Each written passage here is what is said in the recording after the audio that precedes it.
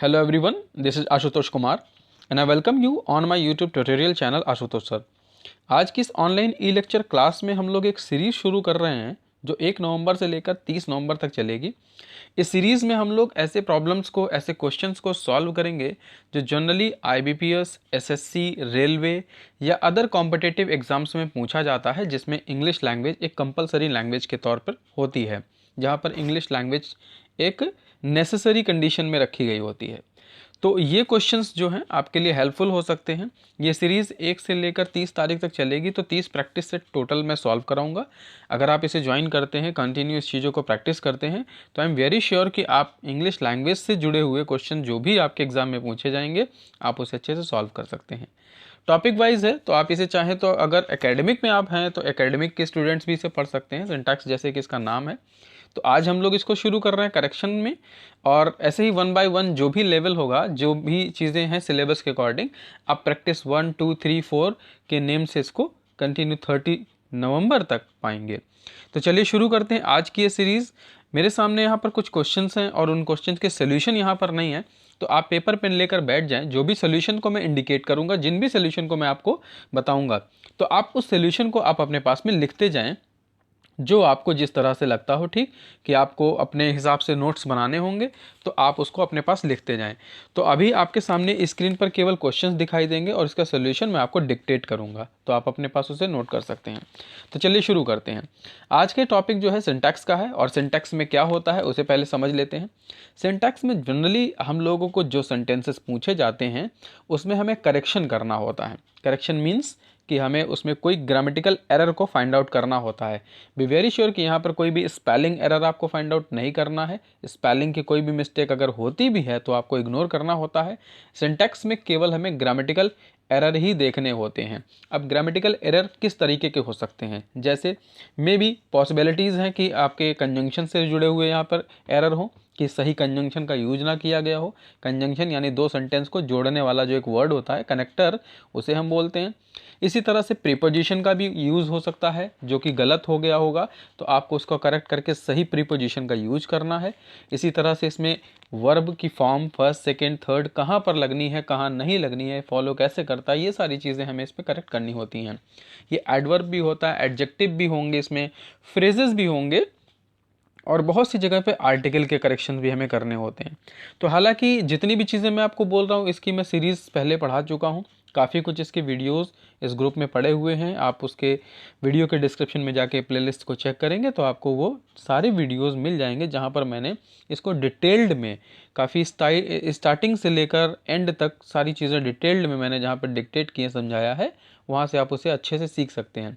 तो अभी हम लोग आज ये प्रैक्टिस कर रहे हैं, तो प्रैक्टिस में वो चीज़ें कुछ ऐसी मिलेंगी आपको जो आपको पहले से पता होंगी, और कुछ चीज़ें ऐसी जो क्रिटिकल सेंटेंसेस होंगे जिनको हम यहाँ सॉल्व करेंगे, तो कुछ नई चीज़ें भी आपको यहाँ जानने को मिलेंगी। तो चलिए शुरू करते हैं। First sentence. फर्स्ट सेंटेंस कुछ ऐसा है, लिखा है 2 miles are not a long distance. Sentence ध्यान से समझें। यहाँ पर आपको दो चीज़ें साथ साथ चलनी है। पहला ये कि सेंटेंस जो भी आप पढ़ रहे हैं उसकी हिंदी निकालने की कोशिश ज़रूर करें। दूसरा ये कि इसमें फोकस आपको सिर्फ और सिर्फ ग्रामेटिकल एरर पर ही करना है। दैट मीन्स कि जितनी भी चीज़ें इसमें यहाँ से यहाँ तक यूज़ हो रही हैं, तो इसमें आप ये फाइंड आउट करें कि यहाँ पर कौन सा ग्रामेटिकल एरर हो सकता है।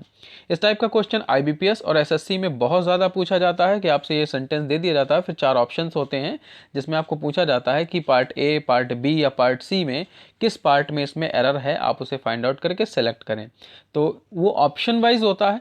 अगर आपको पूरे सेंटेंस का एक करेक्शन या एक सही फॉर्मेशन पता है, तो आप जिस भी इसके पार्ट में वो करेक्शन होगा, जो भी ज़रूरत पड़ेगी, नीड पड़ेगी उसकी, तो आप उस ऑप्शन के अकॉर्डिंग उसे आंसर कर पाओगे।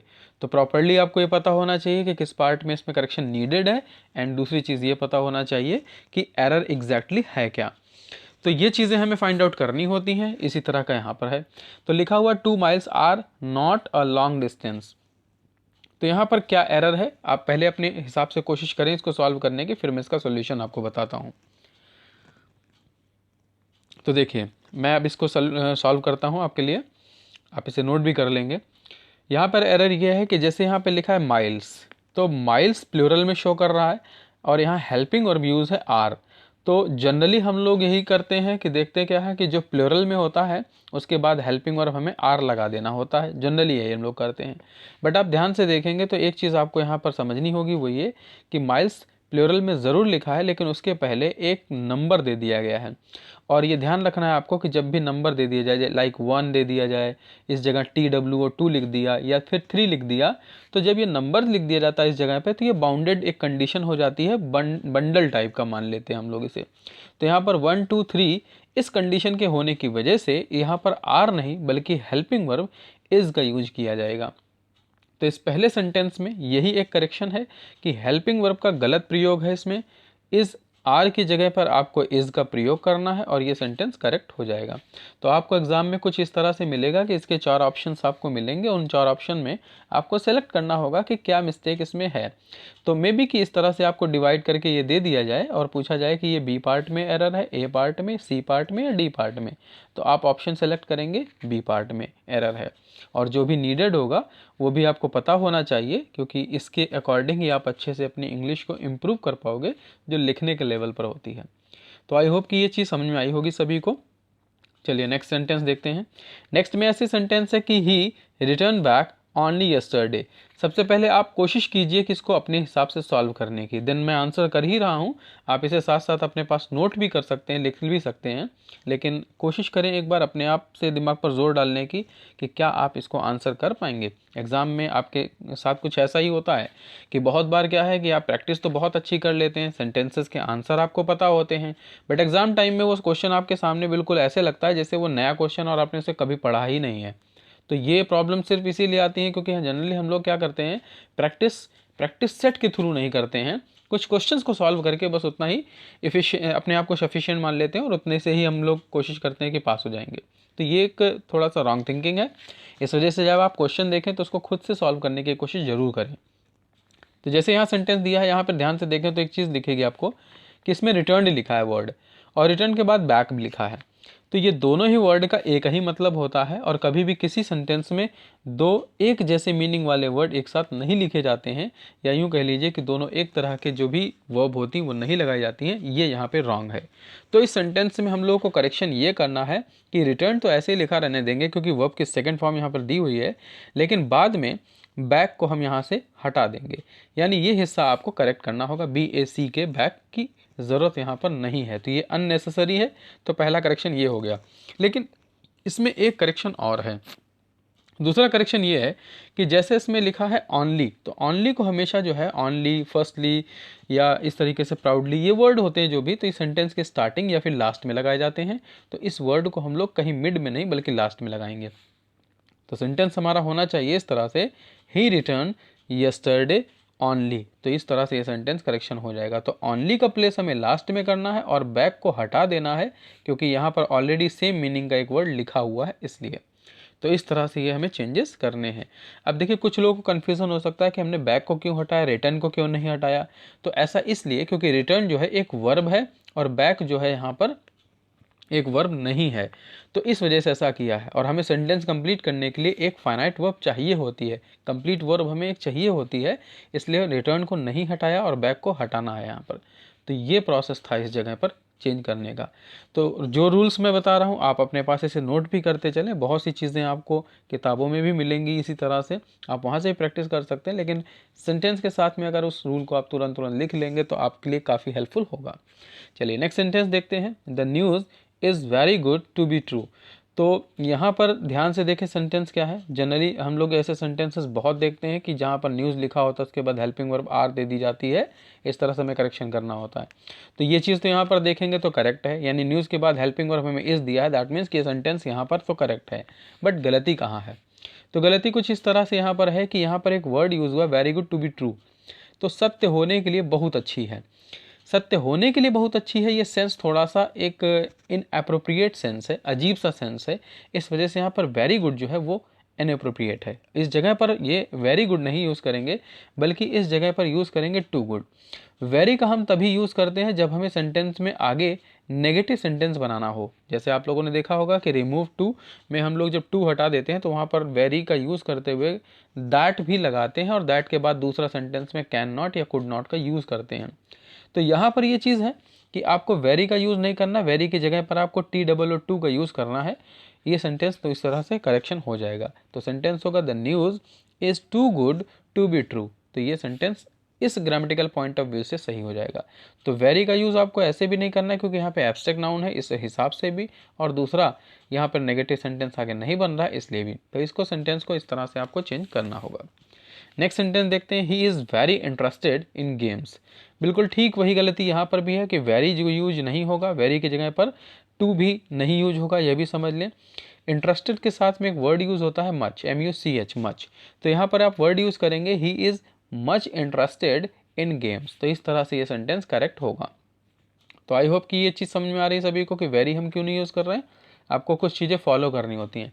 इंग्लिश में क्या होता है, कई जगह पर ऐसी चीज़ें आप देखते हैं जहाँ पर कुछ एक्सेप्शंस होते हैं। एक्सेप्शंस मीन्स ये हुआ कि जैसा रूल्स है वैसा ही आपको स्वीकार करना होता है, और किसी किसी वर्ड्स के साथ, किसी किसी चीज़ के साथ वो चीज़ बिल्कुल डिक्टो वैसे ही फॉलो करनी होती है जैसा कि वहाँ पर बताया गया होता है। तो इंटरेस्टेड के साथ हमें ऐसे ही मच फॉलो करना है, तो यहाँ पर मच स्टार्टिंग में आएगा। तो ये चीज़ आपको यहाँ पर समझनी होगी कि यहाँ पर इंटरेस्टेड के पहले मच का यूज़ करना है, ना कि वेरी और ना कि TOO, इन दोनों का यूज़ यहाँ पर नहीं होगा। तो ये करेक्शन यहाँ पर हम कर सकते हैं इस तरह से देखकर। नेक्स्ट सेंटेंस है, I have written this letter last evening. तो सेंटेंस में ध्यान से देखेंगे तो एक चीज़ बताई जा रही है कि लास्ट इवनिंग जो है मैं यह पत्र लिख चुका हूँ। तो जो काम ऑलरेडी पूरा हो चुका है उसमें हैव रिटन करने की कोई ज़रूरत नहीं है। हैव रिटन करने की ज़रूरत नहीं, बल्कि ये कहने की ज़रूरत है कि मैं लिख चुका था। सेंस ये होगा कि मैं इसलिए पिछली रात या पिछली इवनिंग में इसको लिख चुका था। तो हैव रिटन नहीं, बल्कि इसकी जगह डायरेक्टली हमें वर्ब की सेकंड फॉर्म लगाने की ज़रूरत है, WROTE। तो इस तरह से ये करेक्शन हो जाएगा कि I wrote this letter last evening. तो ये करेक्शन इस तरह से कर सकते हैं हम लोग। हैव रिटन का अर्थ यहाँ पर ये हो रहा है कि मैं इसे लिख चुका हूँ पिछले रात। तो लेटर हमारे सामने है और फिर इसको लिख चुका हूँ, ये हम कंडीशन बता रहे हैं जो एक इनएप्रोप्रिएट बन रहा है। तो यहाँ पर हैव रिटन हटाकर इसकी जगह वर्ब की सेकंड फॉर्म लिख देंगे, राइट की रोट। तो I wrote this letter last evening, इस तरह से करेक्शन इसे कर देंगे। अब हम इसे सेकंड फॉर्म क्यों लिख रहे हैं, ये भी कन्फ्यूजन दूर कर लीजिए। WROTE क्यों लिख रहे हैं हम, राइट WRITE क्यों नहीं लिख रहे हैं। तो ऐसा इसलिए क्योंकि यहाँ पे एक वर्ड यूज़ हुआ है लास्ट इवनिंग, और लास्ट इवनिंग का मतलब होता है पीछे का समय, और पीछे का समय हमेशा हमें ये दर्शाता है कि ये पास्ट सेंस है, यानी पास्ट का टेंस है। तो कभी भी उसमें हम लोग प्रेजेंट और फ्यूचर के टेंसेस का इंक्लूड नहीं कर सकते हैं। इस वजह से हमें यहाँ पर राइट की पास्ट फॉर्म यानी सेकेंड फॉर्म हमें लिखनी होगी रोट। तो जब हम सेंटेंस को पास्ट का इंडेफिनिट बनाते हैं तो पास्ट के इंडेफिनिट की कंडीशन होती है सब्जेक्ट के बाद वर्ब की सेकेंड फॉर्म लगाई जाती है। तो इस सेंटेंस को पास्ट के इंडेफिनिट के कंडीशन में लिख रहे हैं, इसलिए ऐसा यहाँ कर रहे हैं कि WROT रोट का यूज़ कर रहे हैं। तो आई थिंक क्लियर हो गई ये सभी को चीज़ें। अगर आपको कोई कन्फ्यूज़न होगा तो आप कमेंट्स के थ्रू मुझसे अपना क्वेश्चन पूछ सकते हैं। चलिए नेक्स्ट सेंटेंस देखें। लिखा है gives us light, life and light. बहुत ही सरल क्वेश्चन है। इस क्वेश्चन को आई थिंक सभी लोग सॉल्व कर सकते हैं कि बहुत ही ईजिली आप इसमें पता लगा सकते हैं कि क्या ग्रामेटिकल मिस्टेक्स हैं। तो आई होप कि सबको समझ में आ गया होगा, इसमें पता भी चल गया होगा कि क्या ग्रामेटिकल मिस्टेक है इसमें। तो बहुत छोटी सी चीज़ है, वो ये है कि सन जो यूनिवर्सल सिंगल एक वैल्यू है और पूरी यूनिवर्स को इससे लाइट मिलती है। तो हम सभी लोग जानते हैं कि आर्टिकल का यूज़ और द आर्टिकल का यूज़ यूनिवर्स की उन चीज़ों के साथ ज़रूर यूज़ किया जाता है जो पूरे वर्ड में सिंगल पीस हैं और इसके अलावा इनक्रेडिबल हैं, किसी का उससे कंपैरिजन नहीं है ऐसी चीज़ें।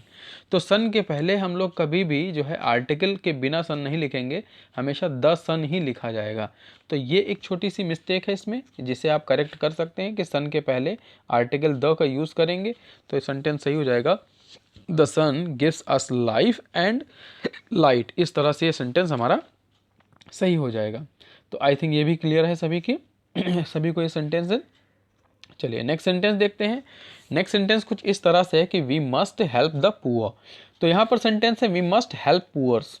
तो सेंटेंस में क्या करेक्शन है, तो करेक्शन ये है कि जैसे हिंदी में अर्थ इसका निकाले तो हिंदी में अर्थ ये निकल रहा है कि हमें गरीबों की मदद करनी चाहिए।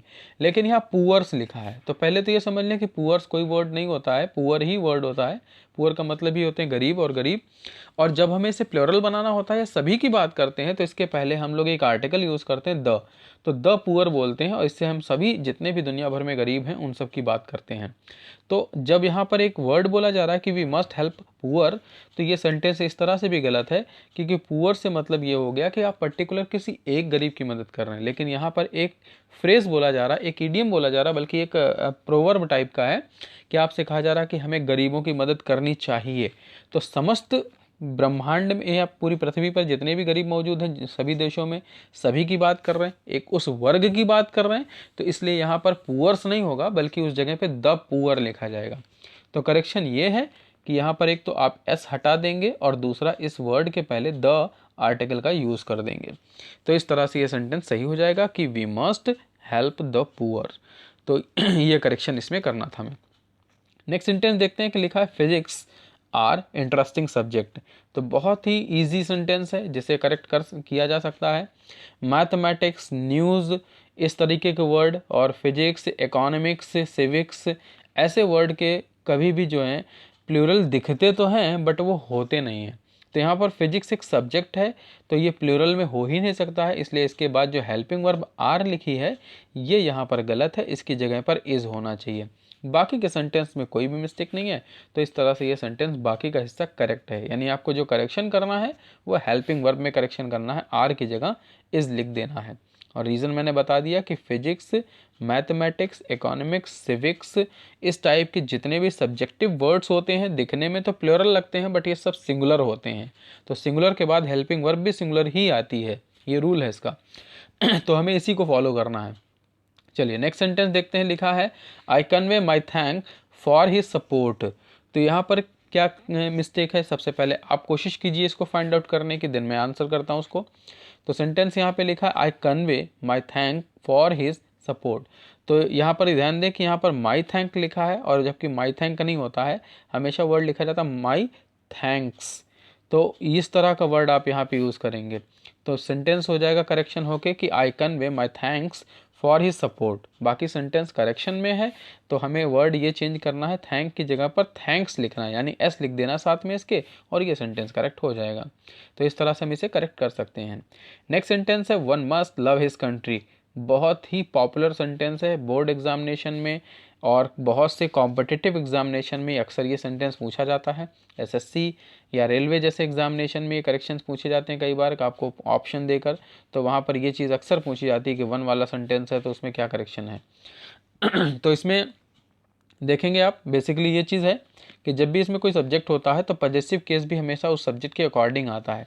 जबकि यहाँ पे वन लिखा है और यहाँ पे हिज लिखा है तो मिस्टेक यहीं पर है।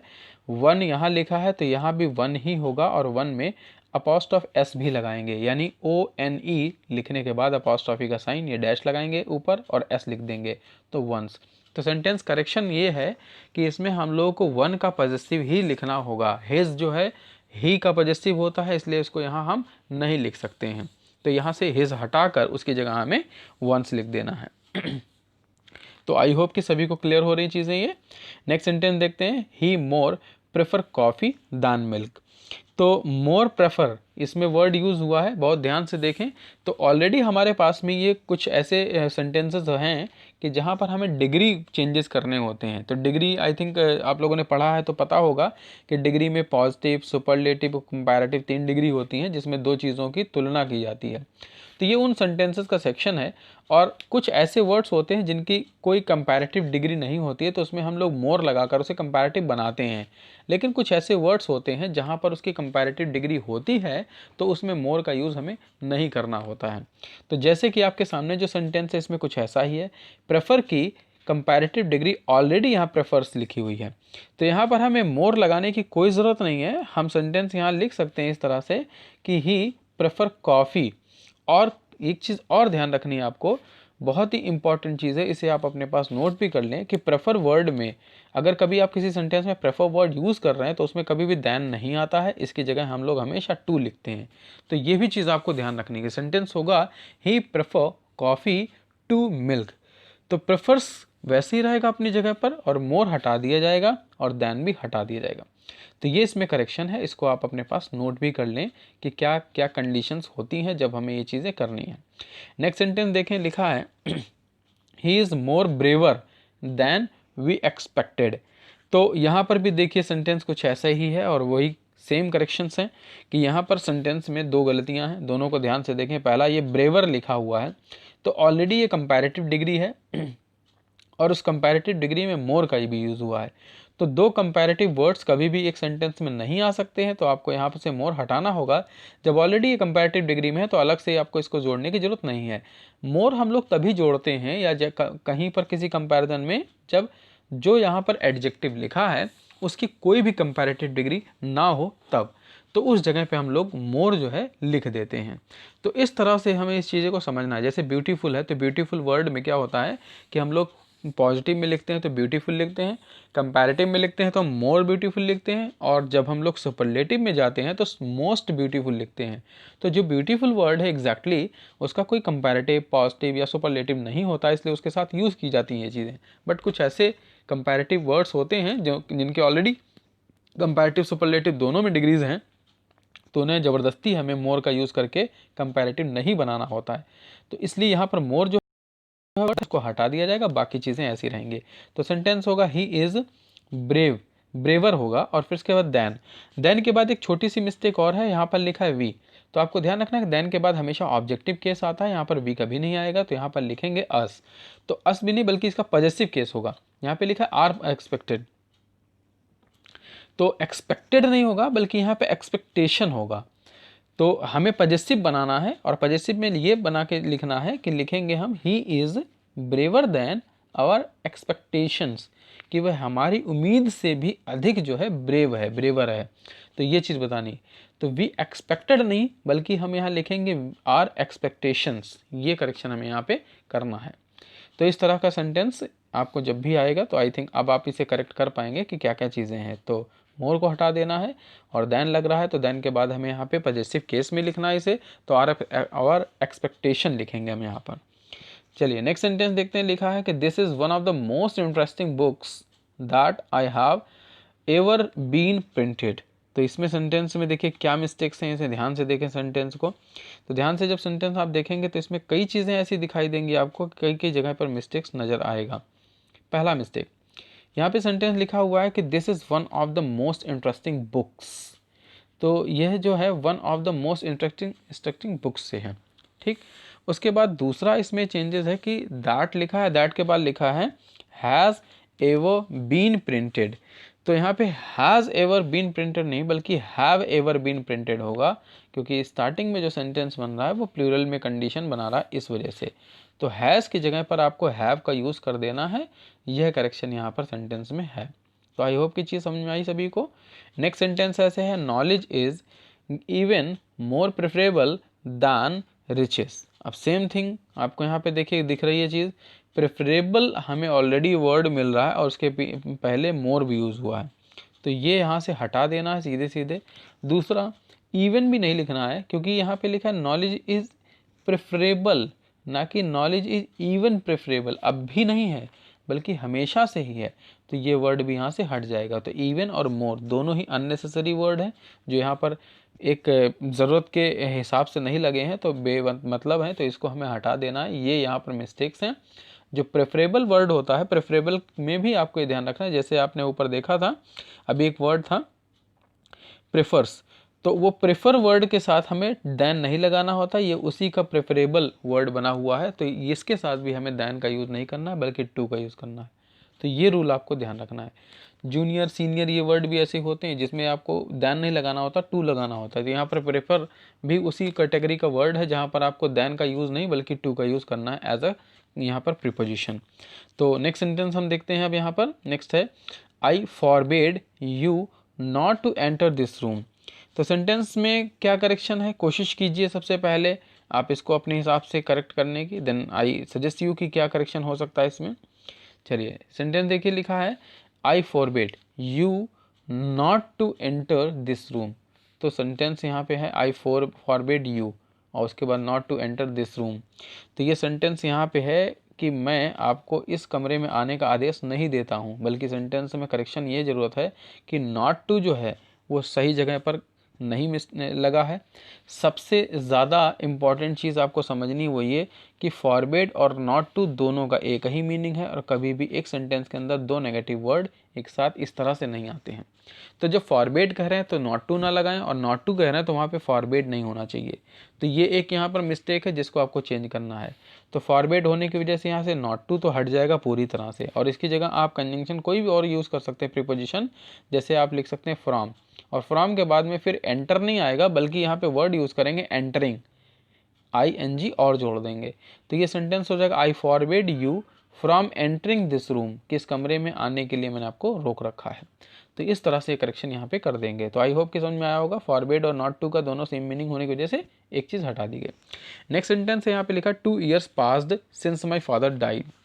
तो 2 years यहाँ पे सेंटेंस लिखा है। कपल ऑफ ईयर्स की बात कर रहे हैं तो कपल ऑफ ईयर्स के बाद में यहाँ पे लिखा है पास्ड।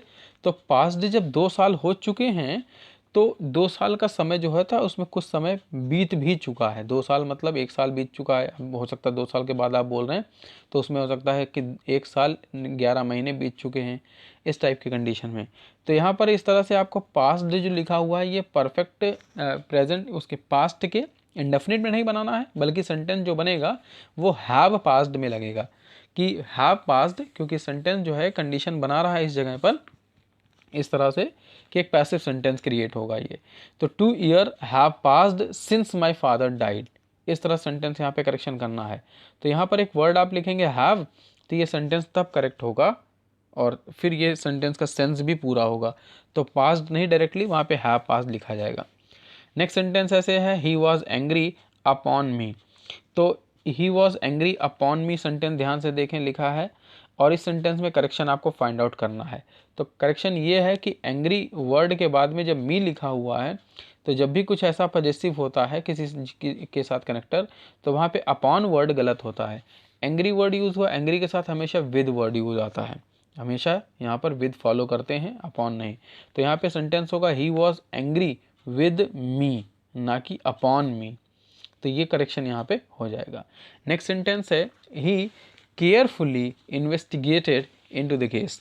तो carefully investigated into the case, तो यहाँ पर एक वर्ड है जो मैंने अभी स्टार्टिंग में आपको बताया था, एक जगह पे ओनली का यूज़ मैंने बताया था। तो ओनली का यूज़ हमेशा जैसे लास्ट में होता है तो वैसे ही इस एडवर्बियल केयरफुली का यूज़ भी हम लोग लास्ट में ही करते हैं, कभी भी ये बीच में या स्टार्टिंग में नहीं आता है। तो यहाँ सेंटेंस होगा ही इन्वेस्टिगेटेड द केस केयरफुली। तो इनटू द केस नहीं होगा, यहाँ पर ये एक प्रीपोजिशन भी हटाई जाएगी, बल्कि सेंटेंस होगा ही इन्वेस्टिगेटेड द केस, उसने केस को ही इन्वेस्टिगेट किया है डायरेक्टली इसलिए। और फिर लास्ट बाद में हम लिखेंगे ध्यानपूर्वक के लिए केयरफुली। तो ये वर्ड हमें लास्ट में यूज़ करना है। तो ऐसे सेंटेंस आप प्रैक्टिस करते रहें क्योंकि SSC में आजकल इस तरह के सेंटेंसेस ज़्यादातर पूछे जा रहे हैं, IBPS में भी। तो उसके लिए आपको वो प्रैक्टिस कराने के लिए ये बहुत हेल्पफुल होने वाली है। तो इस एक्सरसाइज को कंटिन्यू आप जो भी 30 नवंबर तक चलेंगे क्लासेस तब तक आप सॉल्व करते रहें, काफ़ी कुछ आप कवर अप कर सकते हैं इस चीज़ को अगर डेली सॉल्व करते हैं। चलिए नेक्स्ट सेंटेंस देखते हैं। नेक्स्ट सेंटेंस लिखा हुआ है the mother forbade the son not to tell lies. अब यहाँ पर भी सेम थिंग है कि फॉरबेड वर्ड यूज़ किया गया है और नॉट टू का भी यूज़ है, तो ये दोनों चीज़ें एक साथ कभी भी नहीं आती। तो यहाँ पर आपको एक चीज़ हटा देनी है। तो आई होप कि आपके लिए जो है नॉट टू हटाना ज़्यादा ईजी रहेगा। तो आप सेंटेंस लिखेंगे द मदर फॉरबेड द सन, उसके बाद नॉट टू हटाकर वहाँ पे लिखेंगे फ्रॉम, और फ्रॉम के बाद टेल नहीं बल्कि होगा टेलिंग लाइज। तो इस तरह से आपको ये करेक्शन यहाँ पे कर देना है। नेक्स्ट सेंटेंस देखते हैं the sceneries of Kashmir are charming. तो सीनरीज ऑफ कश्मीर बहुत ही एक फेमस सेंटेंस, बहुत ही इंपॉर्टेंट सेंटेंस कि इस तरह से आपको समझ लेना है कि यहाँ पर क्या करेक्शन है। जो सीनरीज वर्ड लिखा है, सीनरीज कभी भी प्लूरल में नहीं बनाया जाता है, यह एक करेक्शन है, बहुत ही ईजी और इम्पॉर्टेंट करेक्शन है। तो इस चीज़ को आपको पता होगा तो आप ये सेंटेंस में करेक्शन कर पाएंगे। तो सीनरीज नहीं होता है बल्कि सेंटेंस होगा द सीनरी केवल। तो N के बाद E और जो R लिखा है R के बाद IES को हटा के यहाँ पे Y लिखा जाएगा। तो द सीनरी ऑफ कश्मीर ये वर्ड होगा यहाँ पर, और जब यहाँ पे सीनरी होगा तो हेल्पिंग वर्ब आर भी नहीं होगी बल्कि उस जगह पे हेल्पिंग वर्ब इज आ जाएगी। तो फुल्ली सेंटेंस इस तरह से करेक्ट हो जाएगा। तो आई होप कि चीज़ें समझ में आ रही सभी को। नेक्स्ट सेंटेंस देखते हैं, लिखा है ही रैन अ 100 माइल रेस। तो यहाँ पर भी देखिए ध्यान से सेंटेंस लिखा है कि ही रैन अ 100 माइल रेस।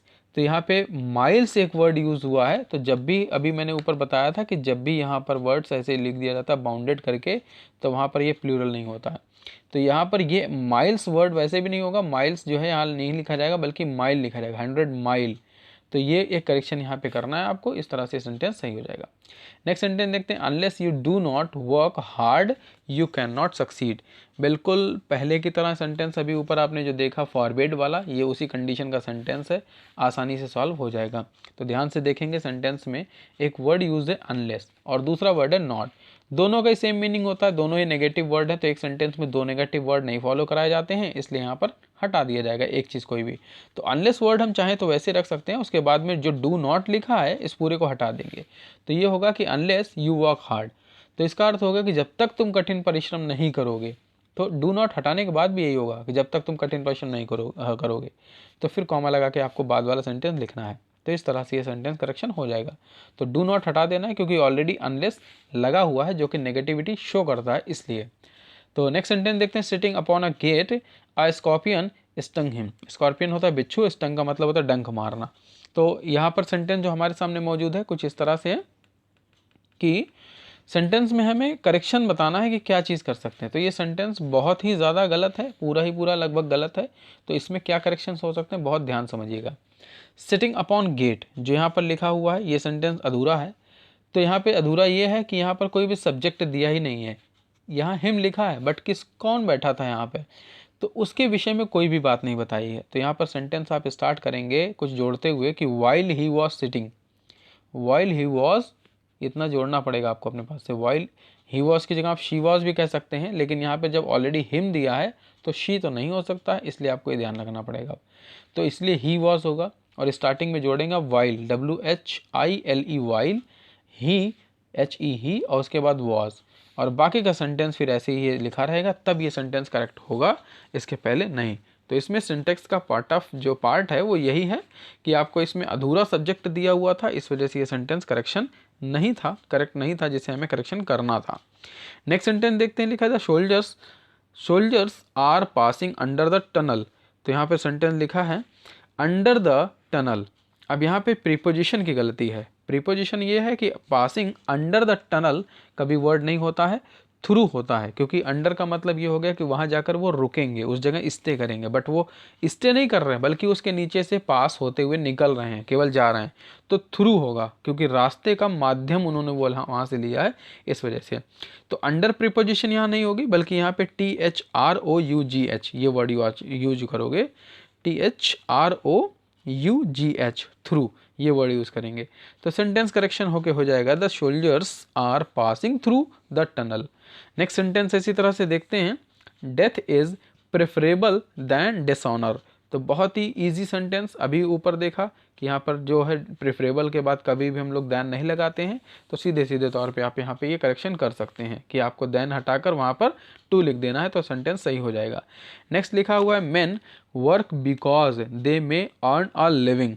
तो सेंटेंस में क्या करेक्शन है, ध्यान से देखें आप। तो करेक्शन ये है कि because they may earn a living, ये सेंटेंस फॉर्मेशन गलत हो रहा है। तो दे मे अर्न अ लिविंग तो सही है, बट बिकॉज का वर्ड गलत है कि वे आदमी लोग कमाते हैं क्योंकि वे अपनी जीवन को यापन कर सकें। तो क्योंकि नहीं बल्कि अर्थ आएगा ताकि वह जीवन का यापन कर सकें, और ताकि वर्ड के लिए हमें सो दैट का यूज़ करना होगा। तो बिकॉज हटा के आप इस जगह पे सो दैट लगाएंगे, तो सेंटेंस होगा main work so that they may earn a living, कि ताकि वह कमाई कर सकें, इसलिए। नेक्स्ट सेंटेंस ऐसे ही है।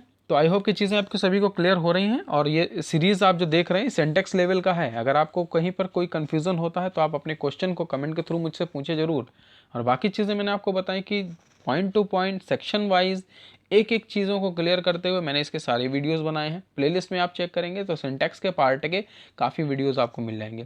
तो सिंटेक्स में आप adverb, adjective, pronoun, noun, number noun, जितने भी टॉपिक्स हैं अगर सिंटेक्स के आप सारे पढ़ लेंगे तो ये आपके लिए बहुत ईजी हो जाएगा सेंटेंस में करेक्शन को पहचानना कि कहाँ पर ज़रूरत करेक्शन की है।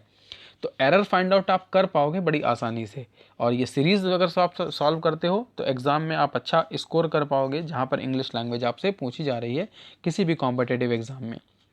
चलिए नेक्स्ट सेंटेंस इसी तरह देखते हैं, लिखा है कि the water all flowed out by and by. तो यहाँ पर सेंटेंस लिखा है द वाटर ऑल फ्लोड, और सेंटेंस करेक्शन है ये कि सीक्वेंस गलत है। यहाँ पर हम लिखेंगे ऑल द वाटर, ऑल उसके बाद द वाटर ऐसे रहेगा, ऑल शुरू में आएगा और तब ये सेंटेंस सही होगा। ऑल द वाटर फ्लोड, और फ्लोड के बाद आउट बाय एंड बाय, कि सारा पानी जो है एक एक करके बह गया या बूंद बूंद करके बह गया। नेक्स्ट सेंटेंस देखते हैं, लिखा है it is nothing else than vanity.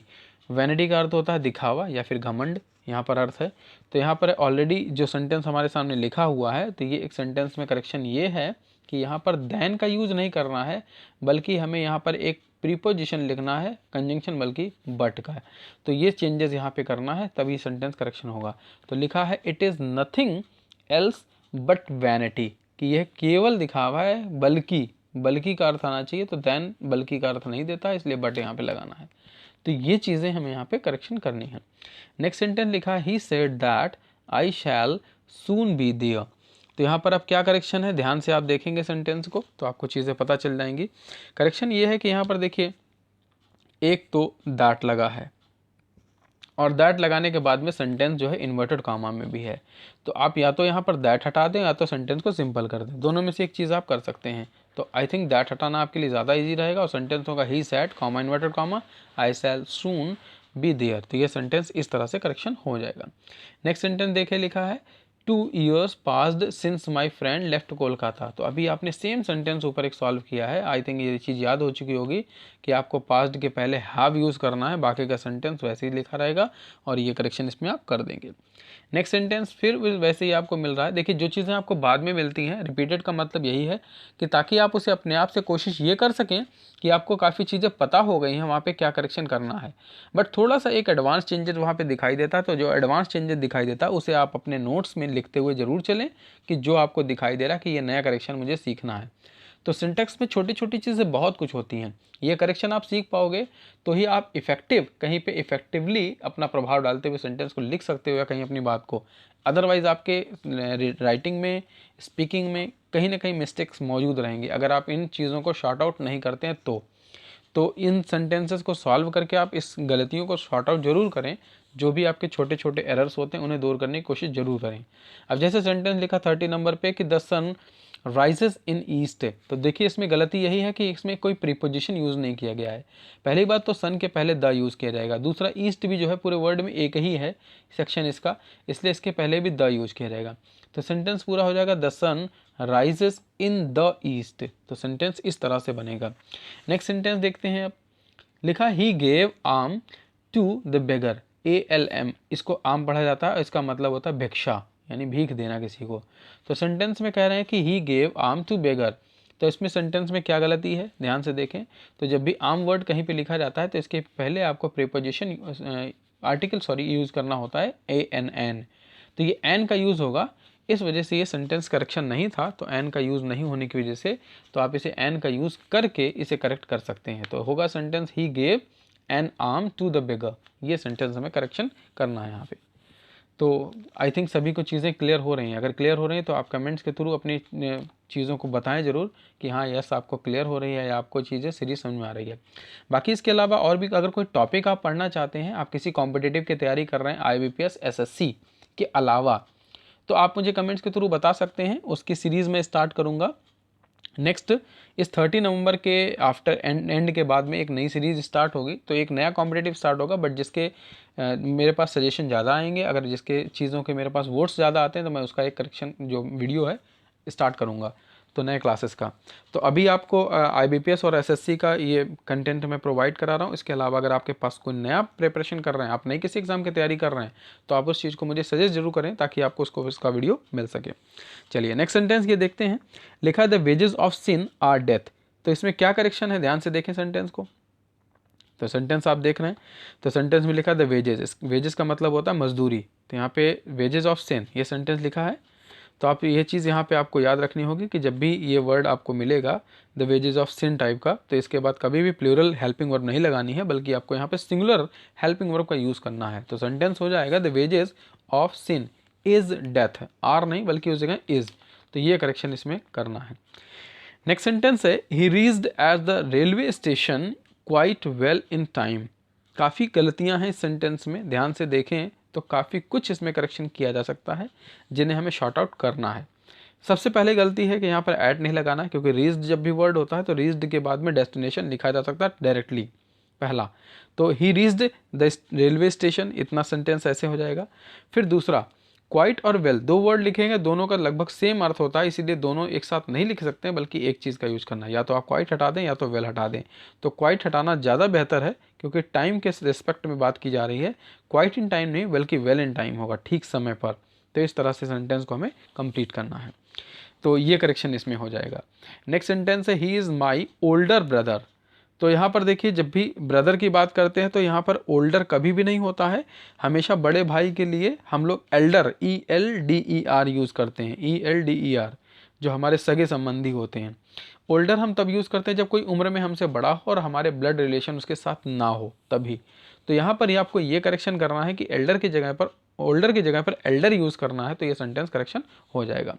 तो आई होप कि आज की सीरीज़ में काफ़ी कुछ आपको जानने को चीज़ें मिली होंगी, सीखने को मिली होंगी, और काफ़ी अच्छी प्रैक्टिस आपकी हुई होगी।